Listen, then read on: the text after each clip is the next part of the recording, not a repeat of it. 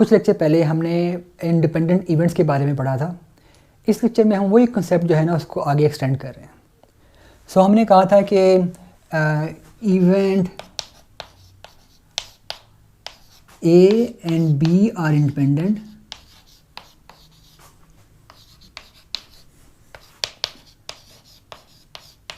if probability of A intersection B वो equals to होती है probability of A times probability of B। सो ये हमारे पास इंडिपेंडेंस की डेफिनेशन है। अगर आपने ये लेक्चर नहीं देखा तो वहाँ पे ऊपर आ रहा होगा, प्लीज़ उसको दोबारा से देख लें। सो इस लेक्चर में हम ये बताना चाह रहे हैं कि अगर A एंड B इंडिपेंडेंट हैं then A complement and B complement भी इंडिपेंडेंट होंगे। तो हम ये कहना चाह रहे हैं कि if A and B are independent then A complement and B ये भी इंडिपेंडेंट होगा और ए एंड बी कम्प्लीमेंट ये भी इंडिपेंडेंट होंगे और A complement and B complement ये भी इंडिपेंडेंट होगा। तो अगर ए एंड बी इंडिपेंडेंट हैं तो ये तीनों के तीनों चीज़ें जो है ना ये भी इंडिपेंडेंट होंगी। यानी कि किसी एक पे कॉम्प्लीमेंट डाल दूँ या दोनों पे कॉम्प्लीमेंट डाल दूँ फिर भी जो है ना इवेंट्स इंडिपेंडेंट ही रहेंगे। सो हम इस लेक्चर में पहले इन तीनों को प्रूव करेंगे और फिर एक एग्जांपल करेंगे जो बेसिकली इस रिज़ल्ट को इस्तेमाल करती है चीज़ों को सिंप्लीफाई करने के लिए। सो पहले हम प्रूव करते हैं। सो जो इनका प्रूफ है उसके लिए हमें एक जो है रिज़ल्ट इस्तेमाल करना पड़ेगा। वो रिज़ल्ट इस तरह से है कि जी कि जो है ए इंटरसेक्शन बी वो इक्वल्स टू होता है ए माइनस बी कम्प्लीमेंट। हमें ना जो है ना ये वाला रिज़ल्ट इस्तेमाल करना पड़ेगा। और जो रिज़ल्ट है इसका प्रूफ काफ़ी सिंपल है कि हम वेन डायग्राम बना के देख सकते हैं कि वाकई A intersection B A minus B complement के बराबर होता है। मिसाल के तौर पे अगर मेरे पास वेन डायग्राम हो ए इंटरसेक्शन बी की, सो मेरे पास उसमें ये दरमियान वाला एरिया आएगा। तो ये मेरे पास वेन डायग्राम बनी ए इंटरसेक्शन बी की। इस तरह से अगर हम वेन डायग्राम बनाए ए माइनस बी कॉम्प्लीमेंट की तो वो कैसे बनेगी कि जी मेरे पास ये ए है ये बी है और ये मेरे पास ए था ये बी था। यहाँ भी मेरे पास ये वाला ए है और ये वाला बी है। और अगर मैं निकालता हूँ बी कॉम्प्लीमेंट क्या होगा तो बी कॉम्प्लीमेंट वेन डायग्राम के अंदर बी के अलावा सारा कुछ होगा। तो बी के अलावा सारा कुछ जो ये वाला हिस्सा है ना ये सारा कुछ बी के अलावा, क्योंकि ये जो है ना बी ये खाली बी कॉम्प्लीमेंट का हिस्सा नहीं होगा, बाकी पूरी सैम्पल स्पेस जो है ना वो बी कॉम्प्लीमेंट का हिस्सा होगी। तो मैंने बी कॉम्प्लीमेंट निकाल दिया। अब मैंने देखना है कि अगर ए में से मैं पूरा ए लूँ और उसमें से खाली वो हिस्सा निकाल दूँ जो बी कॉम्प्लीमेंट का हिस्सा है। सो अगर ए में से मैं ये जो सारा शेडेड एरिया निकाल दूँ तो मेरे पास खाली ये दरमियान का एरिया ही बच जाएगा। तो मेरे पास at the end A minus B complement जो है वो दरमियान का एरिया आएगा, ये वाला जो इंटरसेक्शन है ए और बी का। तो इससे पता लगा कि ये वाली जो स्टेटमेंट जो है ना ये ट्रू है। दूसरी स्टेटमेंट जो हमें यूज़ करनी है इनके प्रूफ के लिए वो कुछ इस तरह से है कि जी probability of A minus B वो इक्वल्स टू होती है probability of A intersection A minus probability of A intersection की। सो ना ये वाली दूसरी स्टेटमेंट हमने जो है ना ये भी हमने प्रूफ करना है उनके प्रूफ के लिए। सो हमने एक चीज़ तो ये प्रूफ करनी थी, एक चीज़ हमने ये वाली प्रूफ करनी है, फिर हम ये वाले प्रूफ कर सकते हैं। तो इसको कैसे प्रूव कर सकते हैं? फिर से हमें वेन डायग्राम का सहारा लेना पड़ेगा। सो हमारे पास ये वेन डायग्राम है, वेन डायग्राम के अंदर हमारे पास ये ए है ये बी है। सो जो ए है इसके दो हिस्से हैं, एक हिस्सा ए का ये वाला है जो खाली ए के अंदर है और किसी और ने शेयर नहीं किया हुआ, और एक हिस्सा ए का जो है ना ये शेयर एरिया है जो मैंने वर्टिकल लाइन से रिप्रेजेंट किया। सो जो ये वाला एरिया है यानी कि ए जो है उसके अंदर जो हॉरिजॉन्टल लाइन वाला एरिया है वो है ए माइनस बी। क्योंकि मैंने पूरा ए लिया है और उसमें से जो बी वाला एरिया था वो निकाल दिया है, तो मेरे पास ये वाला जो है ना वर्टिकल लाइन वाला एरिया रह गया यूनियन। और ए का जो दूसरा जो हिस्सा है वो है ए इंटरसेक्शन बी, ये वाला एरिया जो है ये वर्टिकल लाइन वाला एरिया है, जो जे वाला एरिया।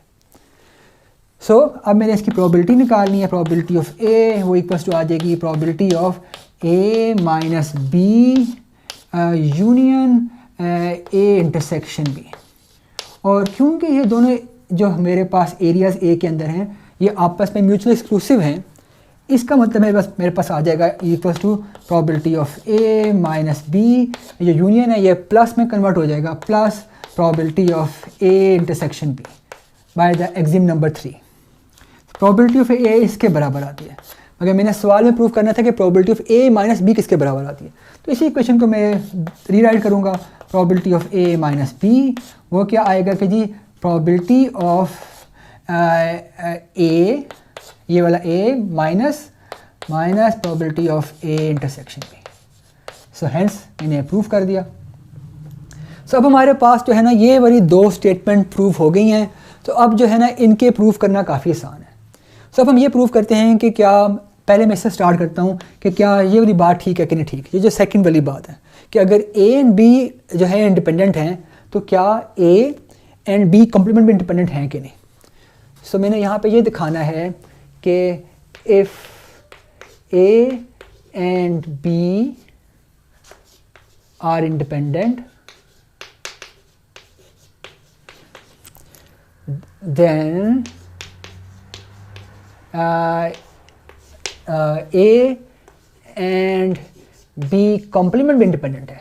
इसका मतलब ये है कि probability of A intersection B complement वो इक्वल्स टू होगी probability of A dot probability of B complement. ठीक है, तो मैंने ये प्रूफ दिखाना है। इस प्रूफ के लिए वंस अगेन मैं शुरू करूँगा लेफ्ट हैंड साइड से और मैं राइट हैंड साइड तक जाऊंगा। सो मैंने शुरू किया लेफ्ट हैंड साइड से विच इज़ के जी probability of A intersection B complement. और इसके अंदर जो है ना मैंने ए इंटरसेक्शन बी के अंदर मैंने ना ये वाला फार्मूला इस्तेमाल किया। मैंने कहा जी probability of A intersection B complement होगा कि इक्वल्स टू होगा जी probability of A minus B complement और फिर इसका दोबारा से कॉम्प्लीमेंट, क्योंकि इस वाले फार्मूले में b माइनस ए माइनस बी कॉम्प्लीमेंट था, तो मेरे पास यहाँ पे 2 दफ़ा कॉम्प्लीमेंट आ जाएगा, क्योंकि यहाँ मेरे पास पहले से एक b कॉम्प्लीमेंट था। तो इसका मतलब है कि ये इक्वल होगा is equal to probability of a minus B, क्योंकि जो कॉम्प्लीमेंट का मतलब है कि मेरे पास खाली b रह गया। अब मेरे पास a माइनस बी आ गया, उसमें मैं ये वाला फार्मूला इस्तेमाल करता हूँ। मैंने कहा is equal to probability of a minus probability of a intersection b। तो मेरे पास ये वाला फार्मूला आ गया। अब उसके बाद मैंने क्या करना है कि मुझे पता है कि ए एंड बी ना आपस में इंडिपेंडेंट हैं। इसका मतलब है कि probability of A intersection B होगा इनके प्रोडक्ट के बराबर। तो मेरे पास आंसर आ जाएगा, इसका अगला आ जाएगा probability of A minus probability of A times probability of B.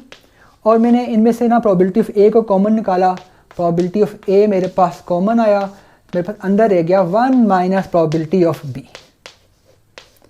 फिर मैंने क्या किया कि जो 1 माइनस प्रोबेबिलिटी ऑफ बी है ना, मुझे पता है वो एक कॉन्सिक्वेंस के मुताबिक कि ना ये जो होता है प्रोबेबिलिटी ऑफ बी कॉम्प्लीमेंट के बराबर।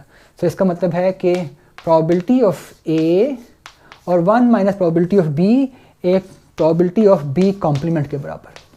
और ये जो बेसिकली है ना राइट हैंड साइड है। सो जो है ना मैंने राइट हैंड साइड को भी इसको भी प्रूफ कर दिया।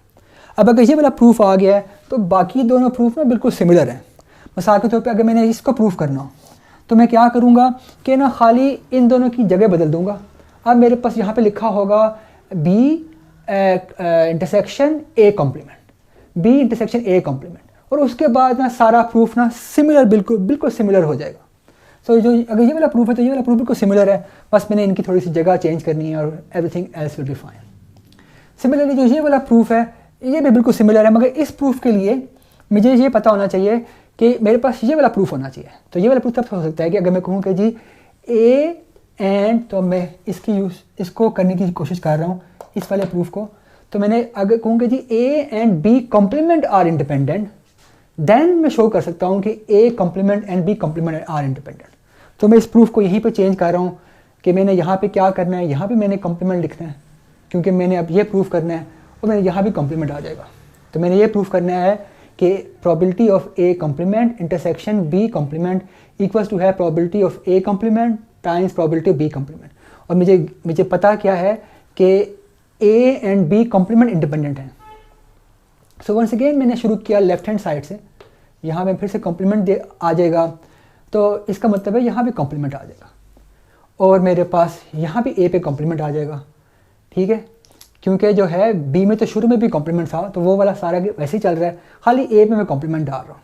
तो यहाँ भी ए पे कॉम्प्लीमेंट आ जाएगा, यहाँ भी ए पे कॉम्प्लीमेंट आ जाएगा, यहाँ भी ए पे कॉम्प्लीमेंट कॉम्प्लीमेंट कॉम्प्लीमेंट, यहाँ भी ए पे कॉम्प्लीमेंट, और जो है ना ये वाला प्रूफ हो गया। तो ये वाला प्रूफ जो है ये बिल्कुल सेम है एस जो है ये वाला प्रूफ, बस खाली जो है मुझे गिवन जो होना चाहिए कि A and B complement independent है। सो अब हमने जो है ये सारे प्रूफ भी करके देख लिए। तो अब देखते हैं कि जी इसका फ़ायदा क्या था कि जो हमने ये वाली बातें बताई हैं कि अगर ए एंड बी इंडिपेंडेंट हैं, सो ये भी इंडिपेंडेंस का फ़ायदा क्या हुआ। सो लेट्स सी, वो देखते हैं। अगर हमारे पास इवेंट्स जो हैं वो भी इंडिपेंडेंट हैं और हमें पता है कि उनका कॉम्प्लीमेंट भी इंडिपेंडेंट है, तो हम यूनियन का फार्मूला इवेंट्स के दरमियान में वो काफ़ी सिंप्लीफाई कर सकते हैं। मिसाल के तौर पे अगर मेरे पास कुछ इस तरह से है कि probability of A union B union C का मैंने आंसर निकालना है, मुझे पता है कि जो अगर ए बी सी इंडिपेंडेंट नहीं है तो इनका आंसर क्या आएगा, इनका आंसर आएगा equal to probability of A plus probability of B plus probability of C minus probability of A intersection B minus probability of A intersection C minus probability of B intersection C plus probability of A intersection B intersection C. So अगर A B C independent नहीं है तो इसका formula ये है, और इस फार्मूले में काफ़ी ज़्यादा कैलकुलेशन भी हैं, साथ हो सकता है हमें काफ़ी कुछ हमें ना पता हो कि ए इंटरसेक्शन बी की प्रोबेबिलिटी क्या है, या हमें किसी चीज़ की प्रोबेबिलिटी का ना पता हो, तो इसमें काफ़ी कुछ पता भी होना चाहिए इस फार्मूले को हल करने के लिए। मगर अज्यूम करें कि ए बी सी इंडिपेंडेंट हैं, तो हम इस फार्मूले को बहुत ज़्यादा सिंप्लीफाई कर सकते हैं। अगर ए बी सी इंडिपेंडेंट है तो हम ऐसे लिख सकते हैं कि probability of A union B union C equal to किसके बराबर लिख सकते हैं कि जी हम लिख सकते हैं कि इक्वल टू है प्रोबेबिलिटी ऑफ, हम डी मॉर्गन्स लॉ लगा रहे हैं तो हम इस पर डी मॉर्गन्स लॉ लगाएंगे तो हमारे पास आएगा A complement intersection B complement intersection C complement, और इस पूरे का कॉम्प्लीमेंट, ये डी मॉर्गन्स लॉ हमने लगाया है।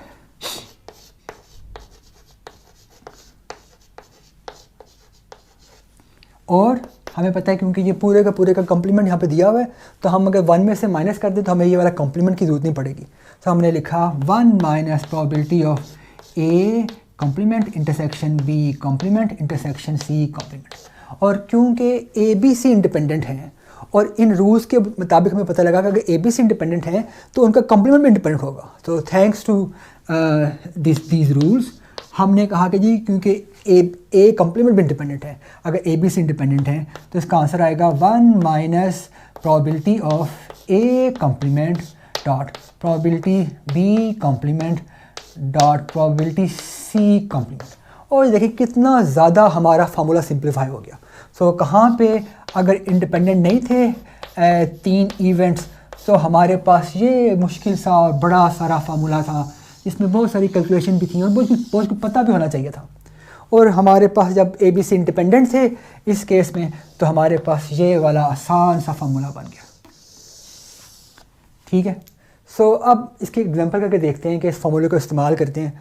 सो एग्जांपल ऐसे हो सकती है कि एग्जांपल में हमारे पास प्रोबेबिलिटी ऑफ ए गिवन है विच इज़ इक्वल टू 0.1, हमारे पास प्रोबेबिलिटी ऑफ बी गिवन है, बी कॉम्प्लीमेंट गिवन है विच इज़ इक्वल टू 0.8, हमारे पास प्रोबेबिलिटी ऑफ सी गिवन है विच इज़ इक्वल टू 0.2, और हमारे पास probability of D complement given है विच इज़ इक्वल टू 0.9।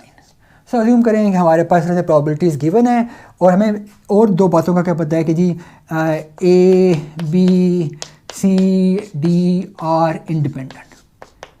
अब क्योंकि ए बी सी इंडिपेंडेंट है सो हम ना यूनियन को काफ़ी सिंप्लीफाई कर सकते हैं। अगर ए बी सी इंडिपेंडेंट ना होता तो हमारा फार्मूला इससे भी ज़्यादा कॉम्प्लिकेटेड बन जाता, उसमें मैं कई कुछ चीज़ों को टर्म्स को मल्टीप्लाई और प्लस एंड माइनस करना पड़ना था। सो इंडिपेंडेंट है और हमने निकालना क्या है कि हमने निकालना है कि जी प्रोबेबिलिटी ऑफ ए और बी और सी और डी। मुझे पता है कि जब और होता है तो मतलब है कि यूनियन की प्रोबेबिलिटी निकालनी। सो हमें पता लगा कि जी probability of A union B union C union D will be equals to 1 minus probability of A complement dot probability B complement क्योंकि A B C इंडिपेंडेंट है, probability C complement dot probability D complement और equals to 1 minus probability of जो है A complement आएगी ये 0.1 है, A complement आएगी 1 में से 0.1 माइनस करेंगे 0.9 तो यहाँ पे आ जाएगा 0.9 times probability of B complement हमें गिवन है 0.8, ये आ जाएगी 0.8 times probability of C complement ये 1 में से माइनस करेंगे क्योंकि हमें प्रोबेबिलिटी सी का पता है, सी कॉम्प्लीमेंट का नहीं पता, ये आएगा आंसर 0.8 वंस अगेन टाइम्स जो है probability of D complement given है विच इज़ 0.9 और फिर हम इसको इस सबको पहले मल्टीप्लाई करेंगे और में से 1 में से माइनस करेंगे और हमारे पास एंड पे रिज़ल्ट आ जाएगा जो आई होप कि आप ख़ुद निकाल सकते हैं। सो इस लेक्चर में इतना ही। सी यू नेक्स्ट टाइम।